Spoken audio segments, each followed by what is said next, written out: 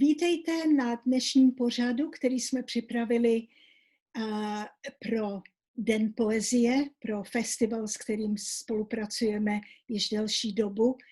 A jde o debatu s básnířkami a překladatelkami poezie básnířek ze střední Evropy. Budeme mluvit anglicky, takže já teď, jak se říká česky, přešaltuji na jiný jazyk a představím účastnice pořadu. Welcome everyone to this recording which we prepared for Den Poezie, Poetry Day Festival. And we will be talking about translating women poets, but also about being a poet and being a translator, and about various issues which focusing on gender in literature brings up. So I'm Alexandra Büchler, I'm the Director of Literature Across Frontiers, and it's a great pleasure to have three speakers here, whom I will briefly introduce. We have Zofia Baldygou, who is a Polish poet and translator of Czech poets, or women poets mostly, into Polish, and she lives in Prague.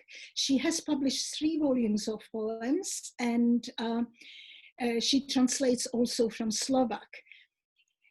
She recently published a collection of poems, an anthology focusing on Czech contemporary poets, which is called Sesenky. I hope I have pronounced it well. It means sousedky, doesn't it? Women neighbors or neighbors. It's a really lovely title, and we will hear about it later. The second speaker is Ottilie Mulzet. She is a well-known translator of Hungarian authors. She has translated some of the really most significant novelists in Hungarian literature today, but she also translates from Mongolian, and she also translates poetry. So while she has introduced a number of male novelists to English readers, she has also translated Hungarian women poets, and again she will be talking about that later. She has been awarded several prizes. She received the National Book Award for Translated Literature in 2019 for her translation of Laszlo Krasnohorkai's Baron Wenheim's Homecoming, and the Tibor Déry Prize in 2020. She has translated the poetry of Kristina Toth, Agnes Gergely, and Anna T. Sabo, among others, and she has published in literary journals and is working on an anthology of Hungarian women poets for Seagull Books. And this is for a series which, as I understand, will actually contain more titles from Hungary. So applause for Seagull Books.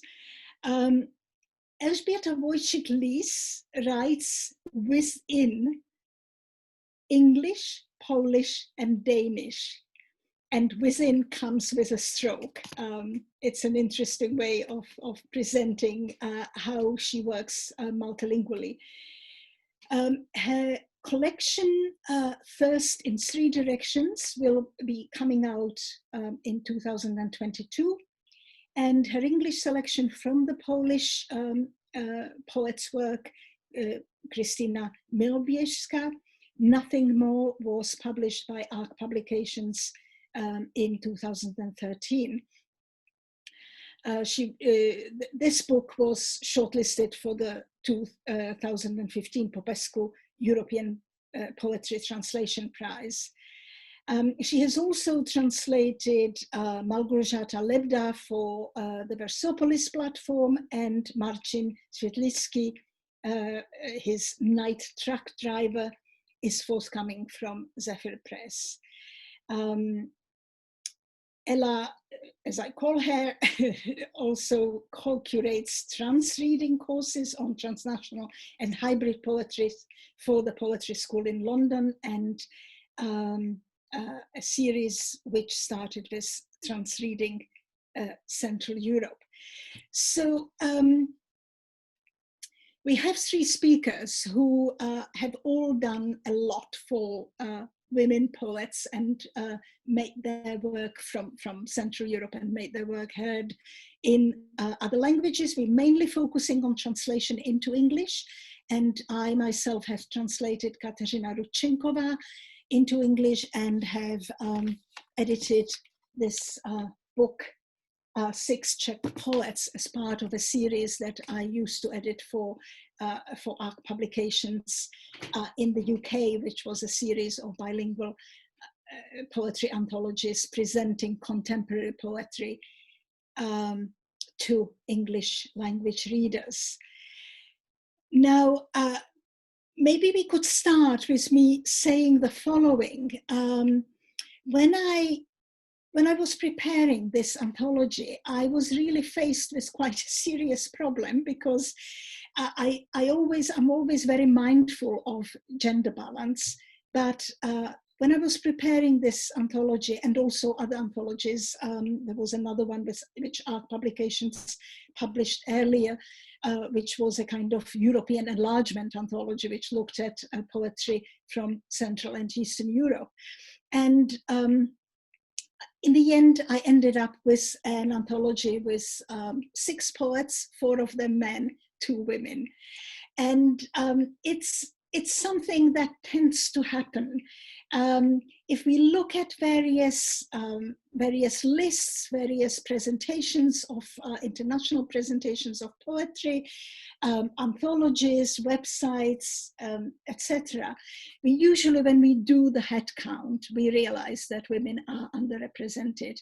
In Britain, we have a movement which started about 4 years ago, which is working towards increasing representation of women in translation, not only poets, prose writers as well.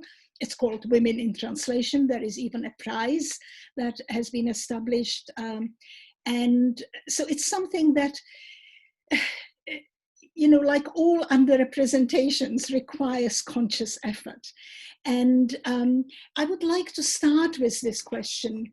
We will actually, what we will do, before I start with this question, I would like to say that we will do some reading, and I will ask the speakers to each read a poem by one of their poets and tell us a little bit about it. And then we will have a discussion. We will read again about halfway through the debate, and then we will conclude. So over to you, and can we start with Zofia? Zofia, over to you. Hello, thank you for the introduction, Alexandra. I will start off with a poem from Kateřina Rudčenková, which I'm going to read in my Polish translation and in an English translation. I chose a poem that was translated by Alexandra, and I didn't realize that it wasn't intentional, but I realized it yesterday, that actually shows how small the world of translating Central European female voices is, because we meet each other all the time. The poem is called Walking on Dunes in English. In Czech, original is Chůze po dunách. It's from the poetry collection that is also called Chůze po dunách. And it's the most recent of Kateřina Rudčenková's poetry collections. She was born in 1976 And she's a poetess, prose writer, and a dramatist, and probably one of the most translated Czech women poets. I think the answer why might be in the poem, so I will just read it and comment on it later. I will start with Polish. Spacery po wydmach. Mimo że przejęłaś się gwałtownym odcieniem zieleni, drzew i traw i sosnowego zagajnika.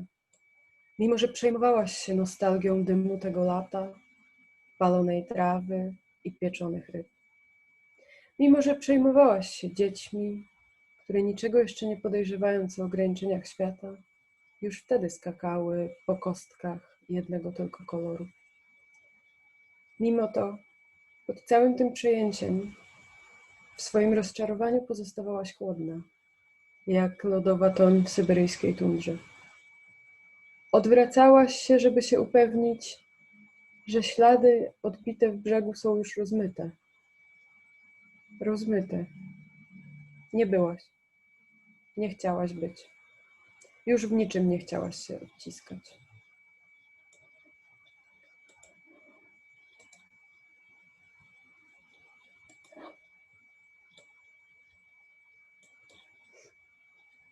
Walking on dunes.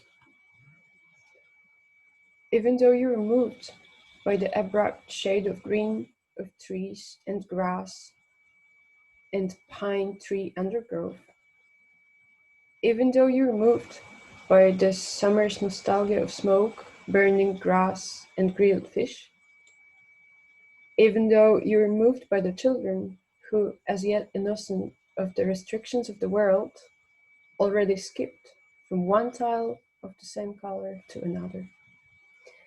Despite all that emotion, you remained cold underneath in your disappointment, like an icy pond in a Siberian forest. You kept turning to make sure that footprints left in the sand had been washed away. Washed away, you were not. You didn't want to be. You didn't want to leave your imprint in anything at all.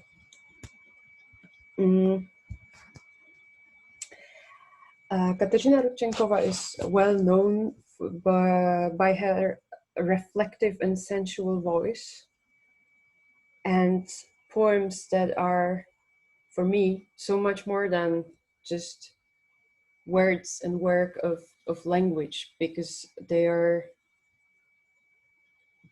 actually expression of pure emotions. And what is crucial for me in this particular connection, walking on dunes, I think these poems are very much about movement and emotions, because the lyrical speaker in these poems is walking towards the outside world and then back into herself, and inside of her own memory. Those poems are very private, very feminine, very subtle, and as a translator, and as a reader as well, I felt that she is letting me in the world that isn't for everyone. So my first task while translating this poem is to be respectful and to try to very carefully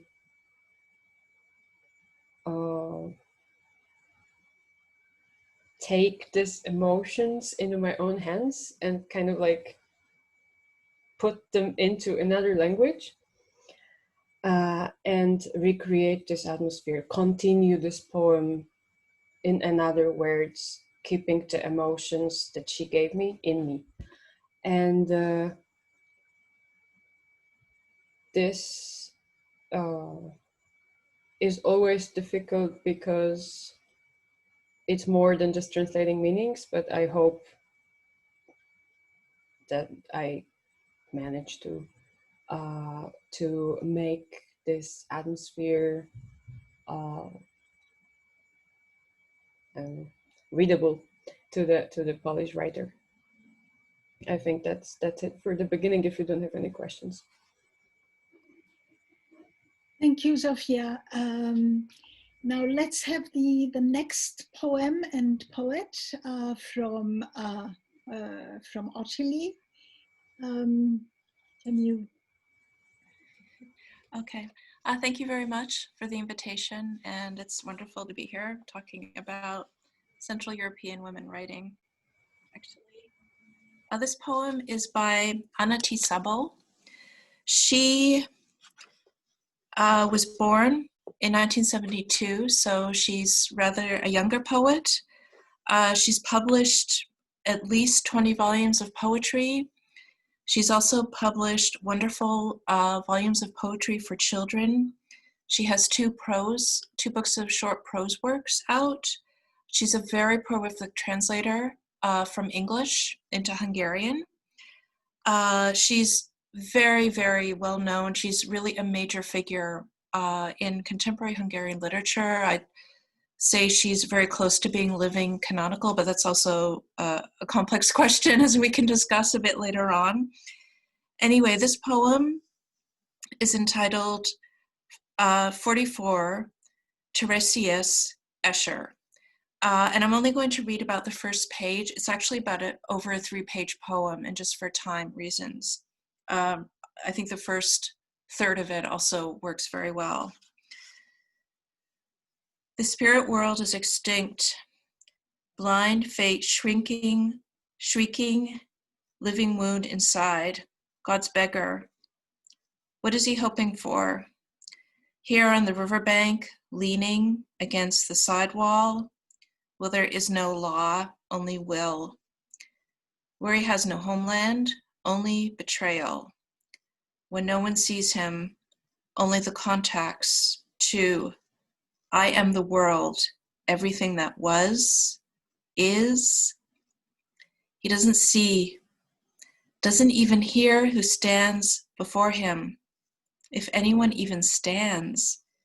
If a gun is aimed at him or the camera, he doesn't want to be alive. He is alive, shouting from rent throat. Do you have a voice for the sick land? On the marrow jolting strings, your blood has thickened, your brain marrow dried up. The eye is white inside, on the stone, brown blood. October chill. Who dares to come here? The wind rattles the leaves, the flag's machine gun clatters, and even the stone, as if it were our bones, and the wave, as if it were our blood that flows. So that's about the first third. As you can hear, it's pretty intense. There's also, it's based on an actual photograph taken by a Hungarian photographer, Karai Escher, that we can possibly show it. It depicts a blind man playing the violin on the banks of the Danube. It's obviously an image of really tremendous suffering. So the entire poem is obviously about World War II, about Hungary's experiences during World War II, about really extreme deprivation.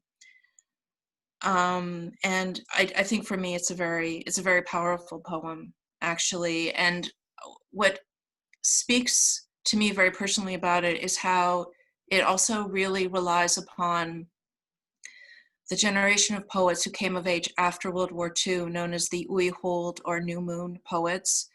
And part of their manifest, or part of their mission, was to, as it were, bear witness to the sufferings of World War II in Hungary. So I'll leave it there for now.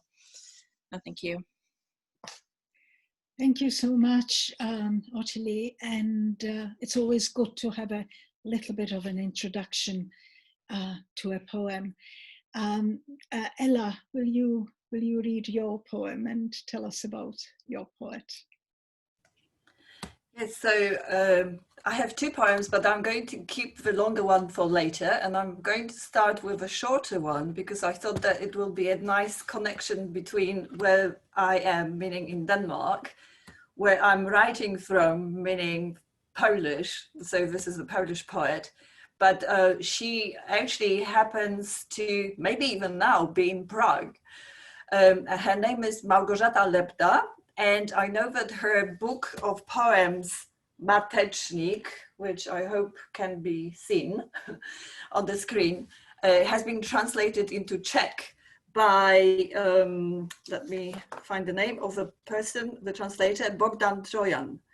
And I presume the Czech title is very close, so Zofia, you need to help me. It's Matecznik, right? If I translate into Czech. In English, it is Queen Cell. And Alexandra, you have mentioned that I have been asked to translate quite a few poems by Małgorzata Lepta for Versopolis, which is the online platform presenting, I think, mainly European poets. This particular poem is in the voice of the father. And the title uses the name of the fatal disease which kills honeybees. So in my translation, May Baroosis, I hid from you the disease of the bees. I had no choice.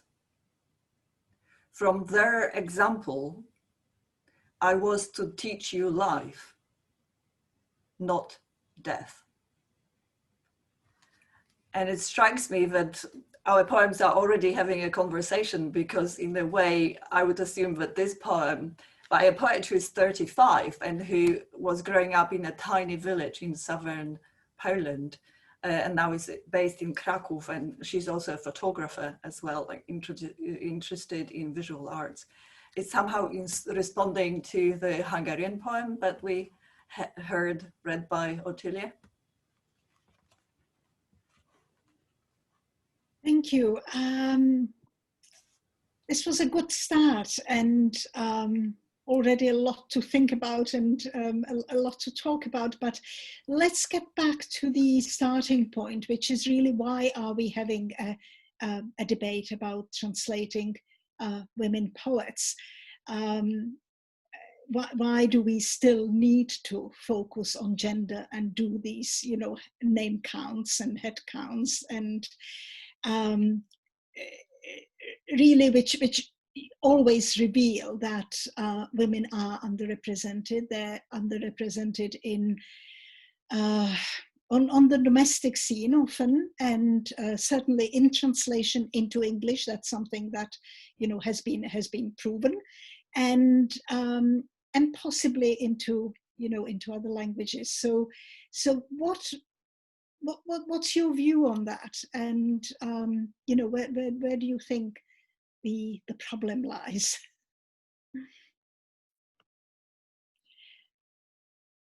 I don't know if any of you wants to start on that. I know, yes, Ottilie, I know that you particularly stress that women are underrepresented when it comes to translation of Hungarian writing. So, well, actually, thank you for the question. In preparation for this, I actually did a little bit of detective work, or not detective, but thanks to the wonderful translation database, which was initiated by Chad Post at 3%. It's now up at Publishers Weekly. It goes back to 2008. So, excuse me, I actually looked at all the books that have been published in Hungarian since then. And just to quickly survey my results, we have 69 titles, 7 by women, and only 10 are actually poetry.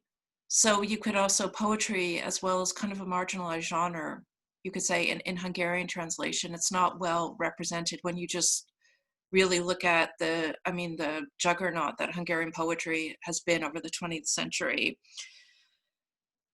And yeah, you have actually Magda Szabó is sort of an evergreen that she appears 2 or 3 times. And actually what's interesting is that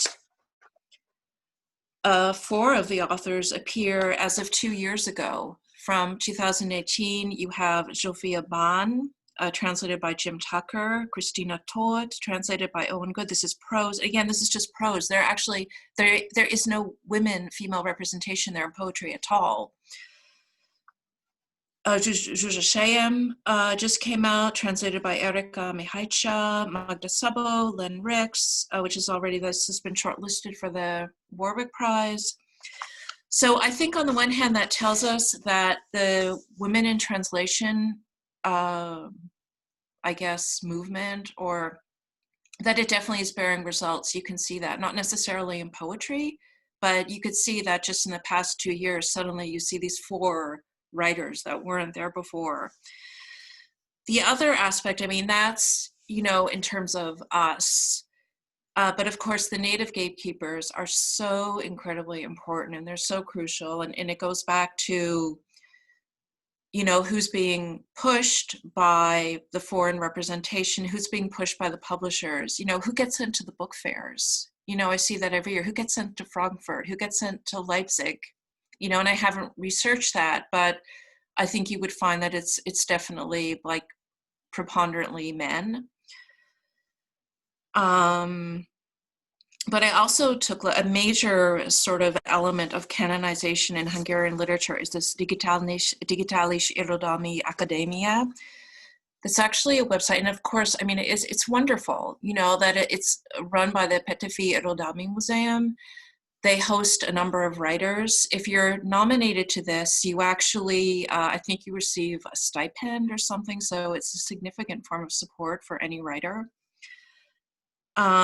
Your entire work, your entire oeuvre is digitalized and put on the website. So not only is that like a major legitimization for any writer, but also say for a foreign translator, you know, if I'm looking for somebody and I can't get the book, or maybe it's hard for me to order the book from Hungary, you know, I can just go straight on this website. It's there, you know, and I know that it's like a reliable, you know, it's like an official edition as well. I can use it. So just looking at, you know, who's up there so far, you have a total of 71 writers, and you have 4 women. Actually, 3 of them are poets. I mean, that is nice. There's another sort of important, I guess, a stipendium or a kind of grant that has been recently launched. The Tere János, I guess, stipendium, János Tere stipendium, is named after a poet who died tragically very young, or he was about 50 or something, quite young. That contains 15% women. Yes, you could say the ratio was better than the usual, but you could see that right at the source, you know, who's being supported, you know, and the thing is, I mean, I'm not even up, there's so many interesting women poets writing today. You know, my anthology is basically dealing with women post-World War II because they are so neglected. I almost feel like we have to address that deficit first. But, you know, there's so many interesting women poets writing today, and you just see at this basic level of canonization that, you know, for sure, I mean, I'm no, you know, who is it for me to tell the Petőfi Museum what to do, but for sure there are other female poets that should be in there, I would say. So that's just from my sort of, you know, very quick superficial survey, you know, how it looks on the ground. And, you know, it starts from that. I would just add that in my personal experience, I've experienced more interest from publishers and editors in English from the US, like I'd say starting in the past 4 or 5 years. You know, I didn't feel it was there before. And I even felt that there was kind of a push for like the great men, you know, because I think we're all laboring under this, I don't know, this overwhelming burden of like the creator, the creative, the writer, the genius writer. It's always a great man, isn't it? I mean, I grew up with that. You know, that was like my model. I mean, of course I read Charlotte Bronte and George Sand and everyone, but it's just so, I think it's so fixed in our brains, everyone, you know, male, female, or, you know, whatever, non-binary even. So, you know, I do think the Women in Translation movement has been so great in terms of on the ground in Hungary. Well, in some of the literary journals, I see more women, young women poets being published, which I think is fantastic. But at the same time, in terms of like an official push to include more women, like forget about it. It's not even on the agenda. So that's where we are. Well, I think thank you for these comments, and you know, talking about percentages and numbers and so on can appear a bit boring, but it's extremely important to monitor, you know, what's happening in culture, and try to correct any imbalances. And this has been one of them. And I don't expect from the current regime in Hungary to, you know, do anything different, but in many countries, I think there has been a really conscious effort to correct, you know, any such imbalance. And so perhaps we need to also look at the infrastructure and publishing, the fact that publishing translations, especially in the English-speaking world, is mainly the domain of independent presses, and they are much more willing to, you know, to look at themselves. And I remember when the Women in Translation movement, I call it, started, that one of the presses small presses in the UK decided that in the following year they were only going to publish women. So you know, these gestures are important. They are important because ultimately they do change the balance. I don't know how it is in Poland, for example. Zofia, do you want to comment? Yeah.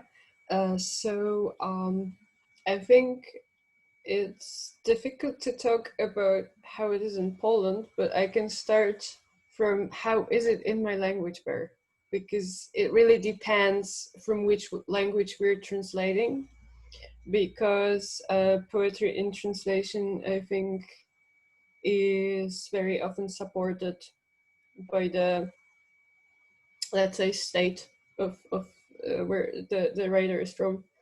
And translating from Czech is also like has kind of a complicated status, because Czech prose in Poland is incredibly popular, and there are even publishing houses that specialize mostly in Czech prose, or have an edition that is dedicated to Czech prose. But those publishing houses, they never ever publish poetry, like not even once, because it has commercial potential that probably nears zero, so they refuse it. Even if it's a volume of poetry that is successful in Czech market, successful, I don't know, like because it receives awards or is translated into other languages, that is not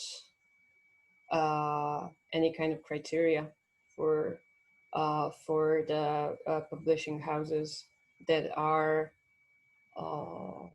really doing anything possible to promote Czech literature, but not poetry. Poetry as a genre is a completely different world here.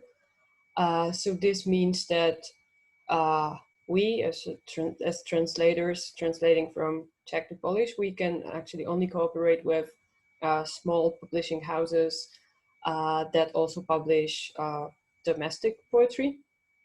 And their situation in the current like political context is not easy, and they are struggling with resources. And I think for them, publishing poetry is very often something that isn't like a priority, but it's not because of the lack of will, but because of the, as I said, lack of resources. That's my impression. And specifically with Czech Republic, there's one grant program that the publisher can apply for. It's the Ministry of Culture program for the support of publishing Czech literature abroad. But there's one little issue, which is that 100% of the funding is transferred to the publisher after the book is published. And I had so many conversations with the potential publishers saying, but we don't have this money. We don't have the money to pay for the printing house. And I believe that's true, especially if we don't have this model of publisher that publishes prose that can potentially earn some money, and then they have poetry as labor of love. That it's not working like that. And that leads to, and the second part of my answer, like I wanted to prepare kind of statistics as well as Ottilie did, but then I realized I have no sample because my translation work is mostly focused on very young authors, both male and female. I don't translate prose, only poetry. And when we take into consideration living authors, we had Petr Hruška, and that's it. And Bogdan Trojak. So we have two authors, and none of them is a female voice. Then, of course, we could count publications in literary magazines that are very interested in excerpts from Czech poetry, but then again, this is work of, I don't know, maybe 3 people, translators, and their individual choices that don't, and those choices are being made without any institutional support. So actually in this situation, the only gatekeeper is the translator, who is also working as a scout and ambassador, and I don't know what else. And it's actually with a lack of institutional support like that, we can't talk about something like a continuous vision, because we just have a series of individual choices of really a couple of translators. So the thing I tried to do was the anthology that you mentioned, Sąsiadki. I have it here. This is the biggest presentation of young female voices in Czech poetry. And it presents 10 authors, 5 poems from each. And but I have to say that it was published a month ago, and I'm very happy with the feedback that I'm receiving. So I hope this might be a beginning of something, because I think that with a sample like we have, almost nothing, every publication might lead to another publication. So I really hope that I will be able to, in a couple of years, maybe publish a book of one of the authors presented. I have one of them almost finished in my desk, so I'm ready when it comes the right moment. Yeah, I think that's it for the beginning. Thank you. It's obvious that literature in translation, at least in the English-speaking world, not maybe elsewhere, is a kind of niche. And of course, poetry in translation is even more of a niche. And at the same time, yes, we know that translation often depends on institutional support. And if poetry is considered to be not commercially viable, then that support is really crucial. But at the same time, I think that there is something good about that kind of ecosystem where it's the translator who chooses, because this is not what happens anymore. Even I think in the Czech Republic, as far as I know, when you look at what is being translated, I think it's very much now dependent on what's being sold by agents, and you often hear about books being the rights to a book, and this would go for novels being actually sold into 20 languages, sometimes even before the book appears. So so also prose and poetry really exist in very different environments, and I think it's good that a translator actually approaches, a translator is, as you said, an ambassador and a scout and a kind of unpaid agent as well. Ella, do you want to comment on this, or have we exhausted all the I wanted to add something. I have promised Alexandra that I will be complicating here in our conversation a bit. And I wanted to speak to a couple of points that have been raised by Ottilie and Zofia, namely moving beyond the canon and also anthologizing. And I think you, Alexandra, mentioned as well the fact that you were surprised as the editor of 6 Czech poets that you ended up with the unequal ratio.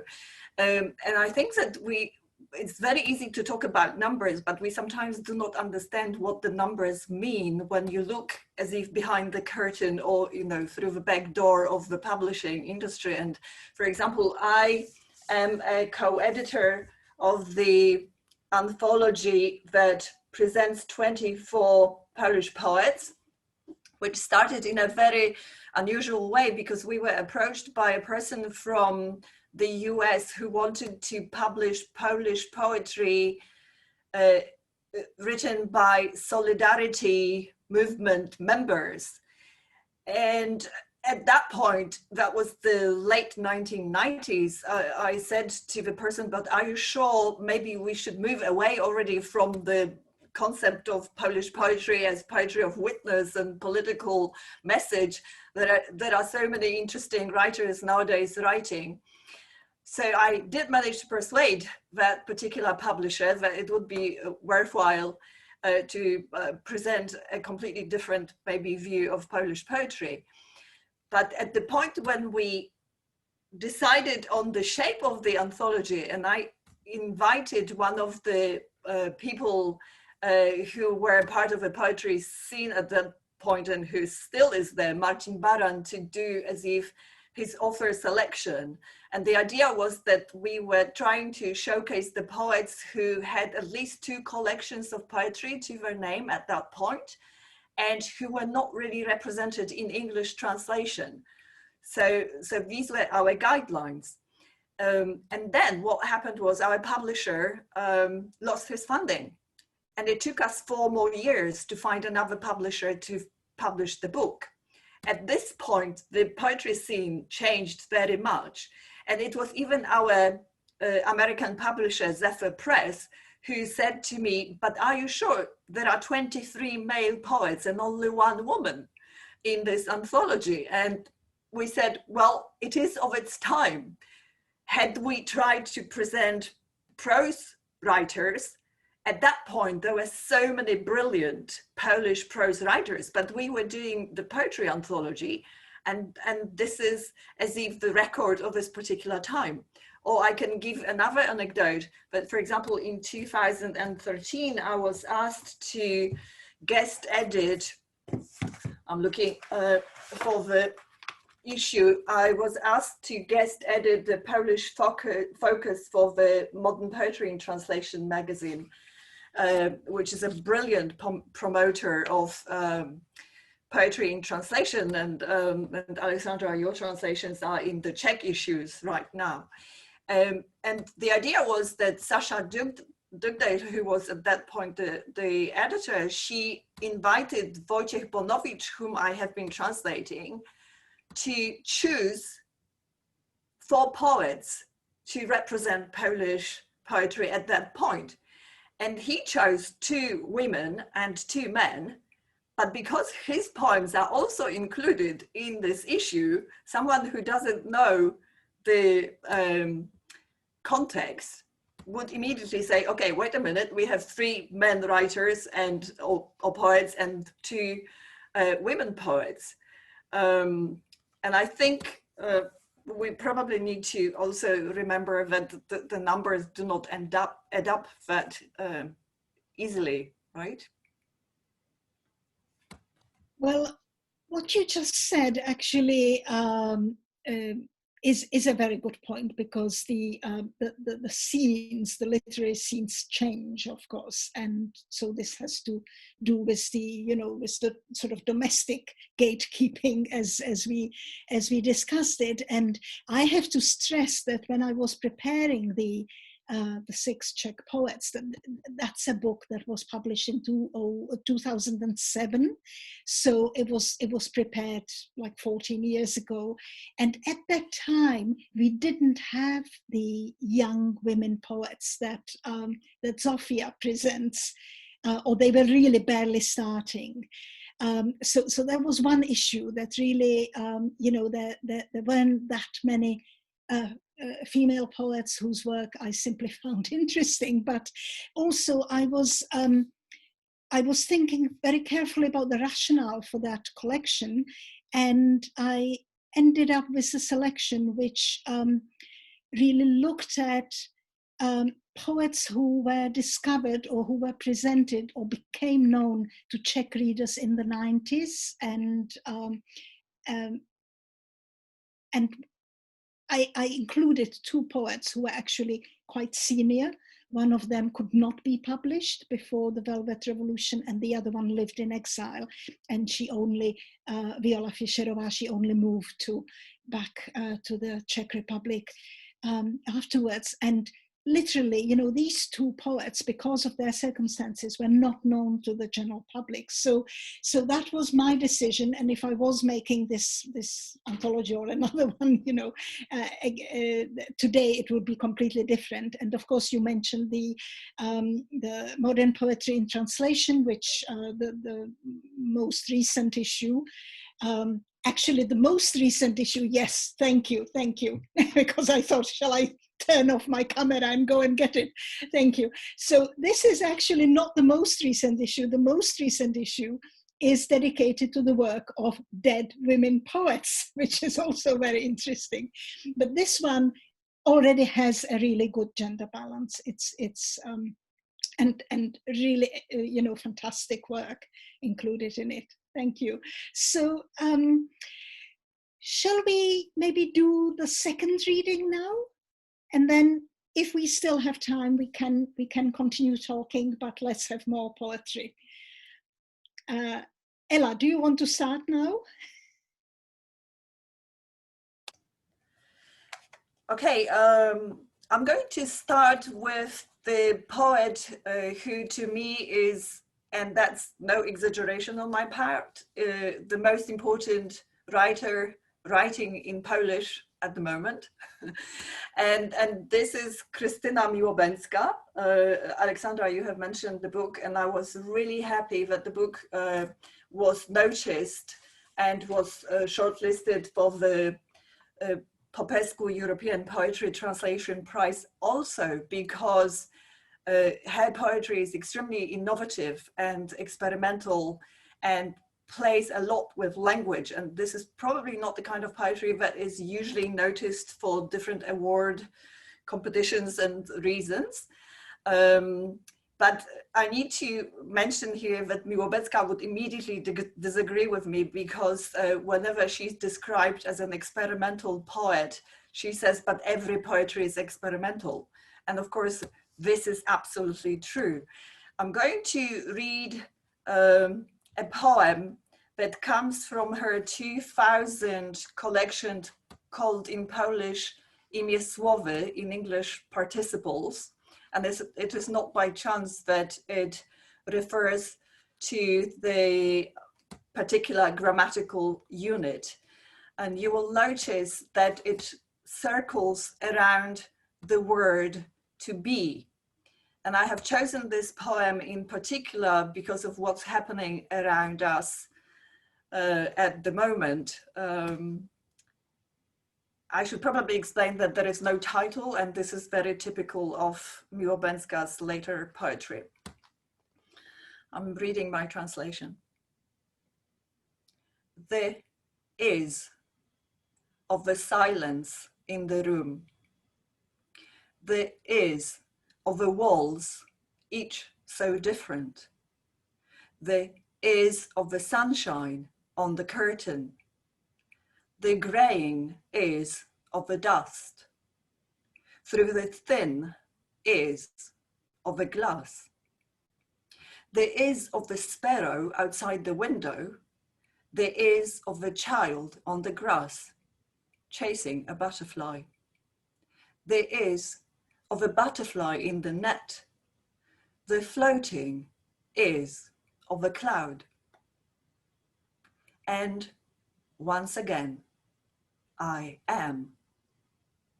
In this vast, circular, spherical, nobody's, agape, virulent, scorching, grass-strong, swift-winged, quick-legged, dripping, rabbit, acute is.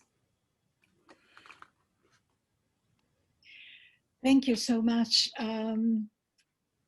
I'd love to read a poem by Kateřina Rudčenková, but I won't, because there was a launch of the issue that you just showed us, and it's available on the Modern Poetry in Translation website and on their Facebook page. So we have actually two Czech poets, one of them being Kateřina and myself, and the other translator reading quite a lot. So if anyone is interested to hear more Czech poetry in translation, they can actually go to this this launch event, and of course get the issue. So Zofia, will you read your second poem, please? Yeah, my second poem is from Jitka and Srbová, and I will start from the Polish translation. It's a poem that, from a book called Les, which means forest, that was published in 2016. Moja córka maszeruje przez las. Moja córka maszeruje przez las. Nie może stanąć na własnych, dlatego przejmuje moje nogi, moje oczy, mój strach. Wśród gałęzi znika jej głos, wołanie za rozbieganym jamnikiem. Jesteśmy tu same. Same i listopad. Wcale nie jesteśmy same. Moja córka wszystko widzi, pokazuje palcem przez butwiejące szaty krzewów, pokazuje mgły w padłym młodniaku. Jakiś trębacz wyłudza tam skrzela, dębianki i późne grzybnie. Później wszyscy oddają się dyskusji, punktualnie o 3:00 po południu. Staram się odmłodnieć. Staram się odmłodnieć, nie da rady. Moja córka maszeruje przez las. Jej aplikatura na poręczy wabi zagrożone gatunki. Gdzie się podziałeś, głupcze z papierosem? Las zniesie te próby, ale widz się dusi. Śpiewam z konieczności. Śpiewam z konieczności. Moja córka maszeruje przez las. Na tej ławeczce siadam zawsze, kiedy zasypię. Zawsze to słowo o zaraźliwym smaku. Zawsze sobie dokładasz. Do diabła z fałdkami na brzuchu. Moja córka śpi w lesie. Siedzę w innym miejscu. Powierzchnia jest martwa. Ożywia się za to tajemniczy dom. I tu ktoś kiedyś będzie u siebie. Na razie garden cuchnie liśćmi. Spod nowego płotu wynurzają się nory.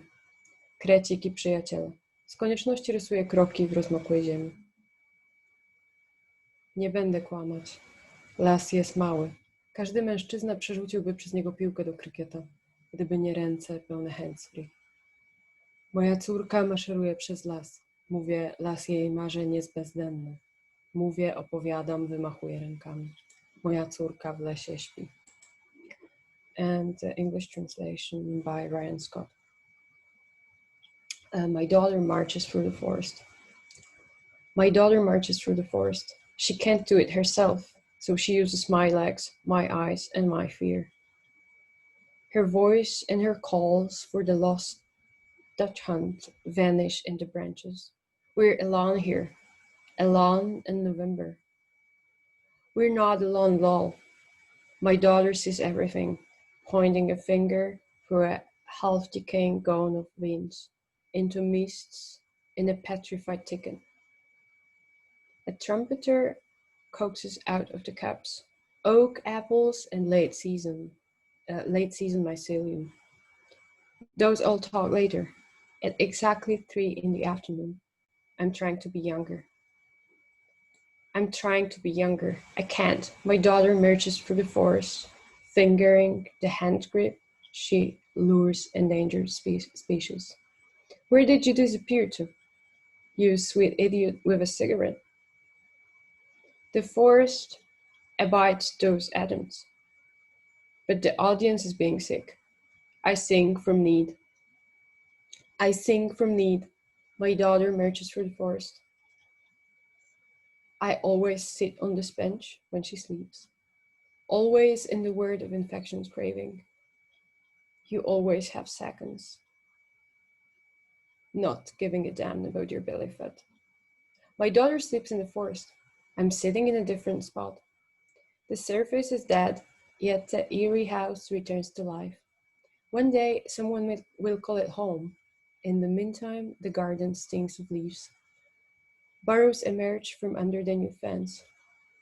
The little mole and friends. Into the drenched earth.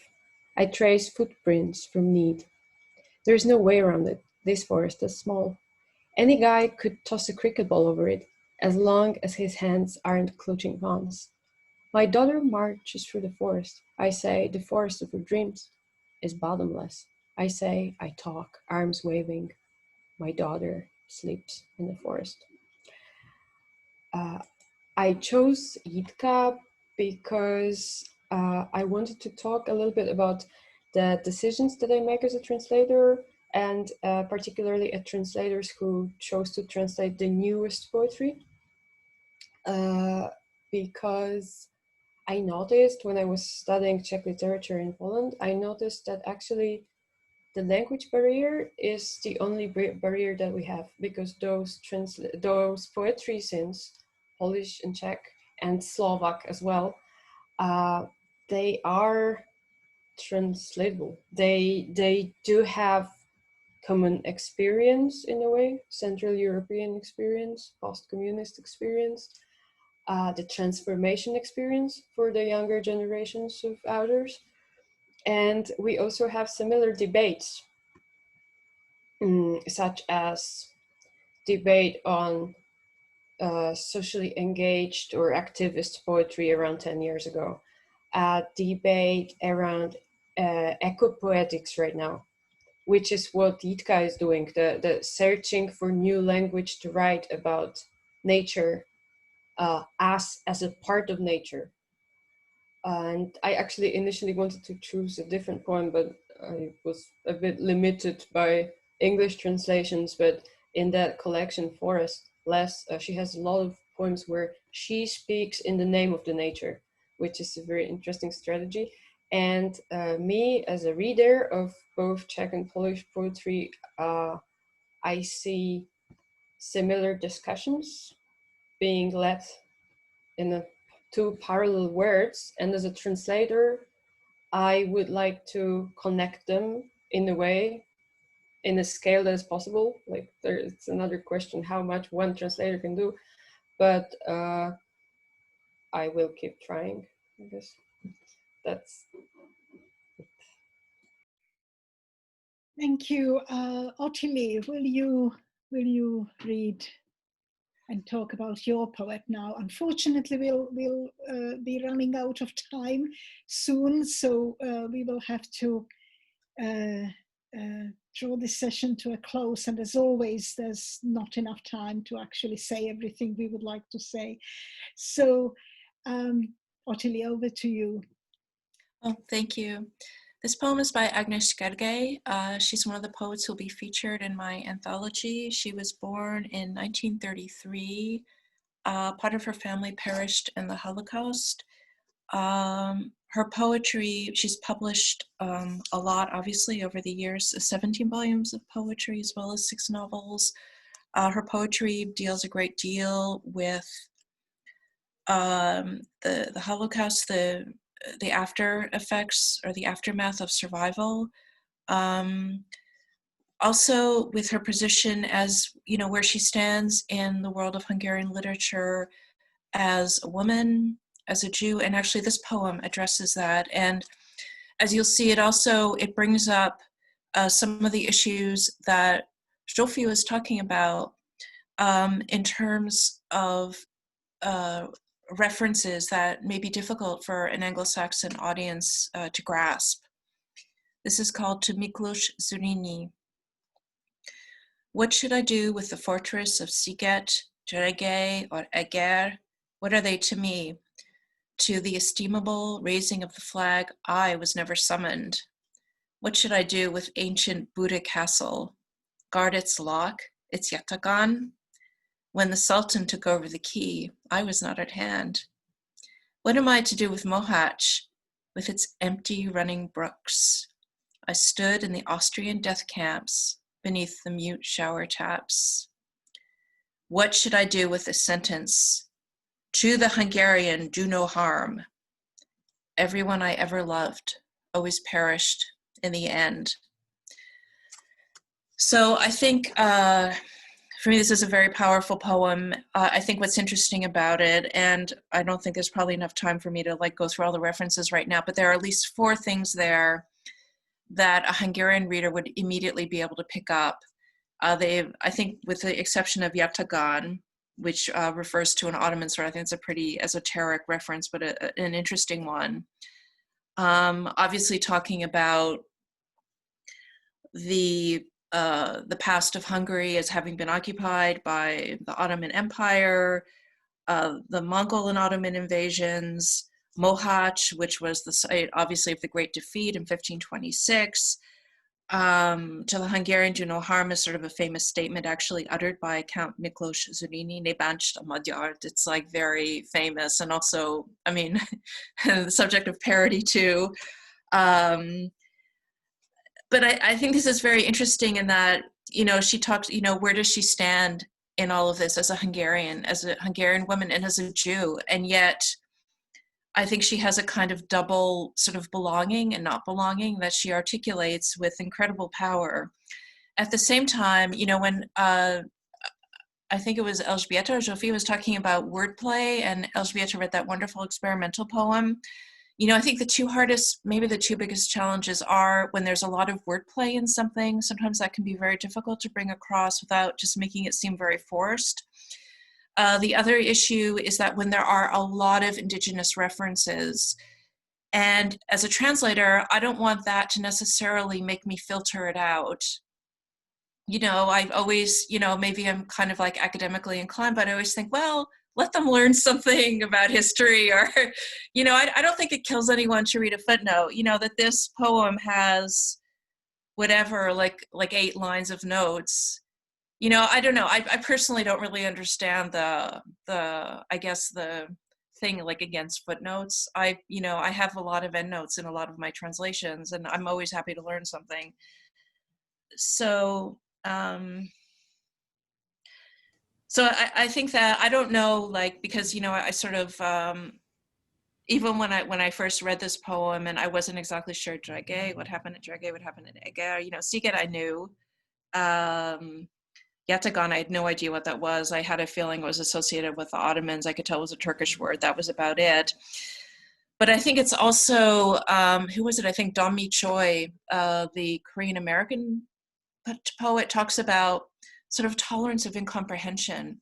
you know, that was it she who talked about how when they were growing up, you know, or I'm not sure if it was her or was it Karani Baroka, the Indonesian poet, who talked about when we were growing up, we read a lot of stuff and we didn't necessarily understand everything we were reading. You know, we had to like improvise, or you fill in the blanks in your head. You know, so I think it's kind of interesting. I think that, you know, there's a big difference between, say, translating between, say, Czech and Polish, even Hungarian and Czech. You know, even when I see things that are translated into Czech, for example, I can tell that the references just like are a lot more easy to assimilate. You know, into English, it's quite difficult. And yet at the same time, I think as a translator, I need to insist on really introducing this specificity, you know, and just sort of saying, well, you know, maybe there should be some discomfort, because when they were having, I don't know, our language imposed on them or whatever, you know, they had to put up with a lot of discomfort. So I guess that's how, you know, that's how I feel about it. So. Thank you. This was really brilliant. And I think the expression tolerance of incomprehension is, you know, wonderful. I have to remember that. And it's exactly what happens. You know, we don't always understand what's going on around us, even if it's happening in our native language. There will always be something we will, you know, misunderstand or not understand at all. And when you read that poem, it really resonates. It resonated with me, and it is because I come from Central Europe and possibly because my grandmother was Hungarian, but it does resonate. And even though I may not understand all the references, there is a kind of, yes, this is historically important, and the poet is actually questioning, you know, what her relationship with all this should be. So it's a really powerful poem, and I think everything that you read here really was wonderful. What I'll try to do is include or make sure that all the factual information is available to people who will be to the audience, and we will work it out. And we will, you know, put in some links and name the various poets and titles, etc. And apologies about mangling, you know, half of the names. I always forget that in Hungarian, you know, half of the surname disappears, you know. So yeah, we're all still learning. So I think we have to unfortunately stop here, but I would love to have more discussions with you three, and maybe we can set up more discussions like this. Everybody's at it, everybody is recording conversations and readings and so on, so maybe we could actually do more and delve deeper into what you really just sort of touched upon in some cases. So thank you very much, and I guess that's it. Thank you. Thank you. Thank you, Alexandra. Thank you very much. Thank you.